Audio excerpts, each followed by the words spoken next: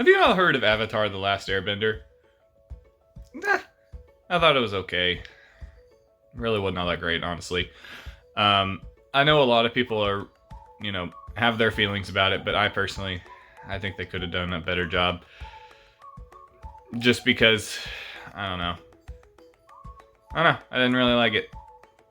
That's my opinion. That's my minute for today. But hey, today's minute is going to be looking at why the movie was so bad. I mean, I love the series, don't get me wrong, but the movie was awful.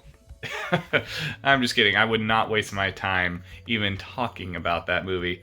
But today's topic is going to be Avatar the Last Airbender, but don't worry, not the movie. So, do you have a minute to talk about Aang?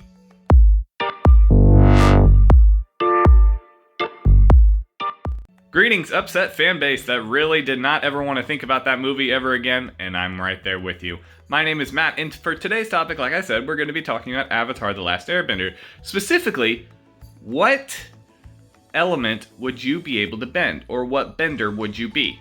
I guess is a better way of putting it. So, for those of you that have seen the show, go ahead, pause the video here for a second, think about it, and let me know.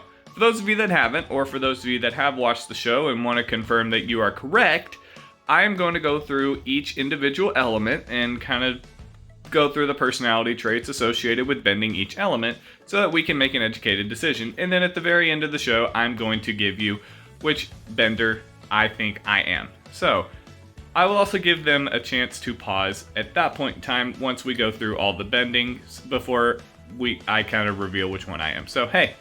Go ahead, those of you that have already seen the show, go ahead and think about it now. Alright, cool, you're back. Thanks for rejoining us. So, let's get into it. The first we're going to talk about is actually the specialty of Avatar Aang, and that is airbending. So, the key to airbending is flexibility, as well as detaching themselves from most physical things and physical problems, and believing that peacefulness is the key. So, if that sounds like you're probably an airbender. Also, something to note is that airbending is mostly used for defensive. It does have some offensive capabilities, but it's mostly defensive, and this fits in with the philosophy of freedom, peace, and all that. They're not going to go out and attack first, they are going to be defensive as much as possible. The next up is Earthbending. Earthbending is very grounded, no pun intended. Well, am I kidding? Yeah, pun intended.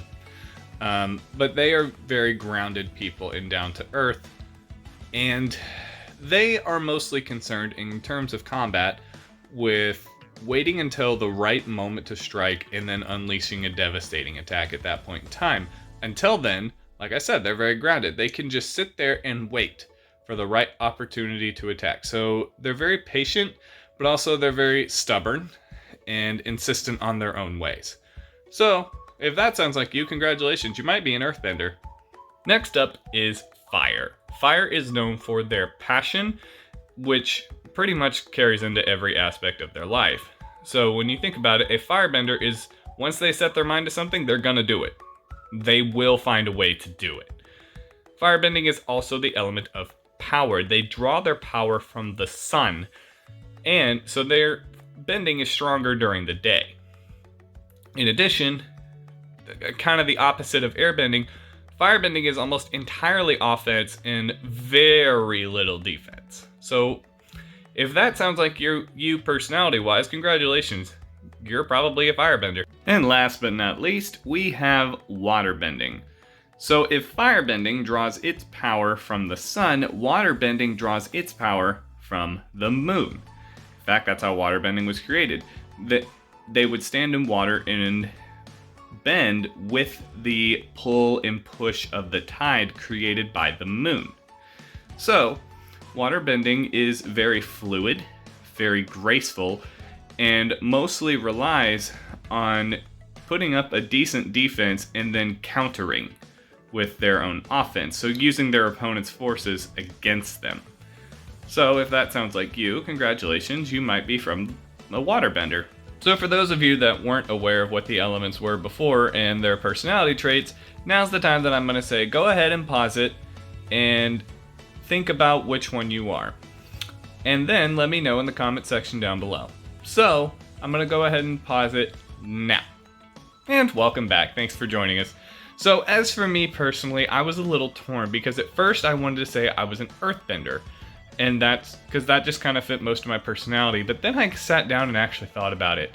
And when I'm in water or around water, the first thing I try and do is just bend it.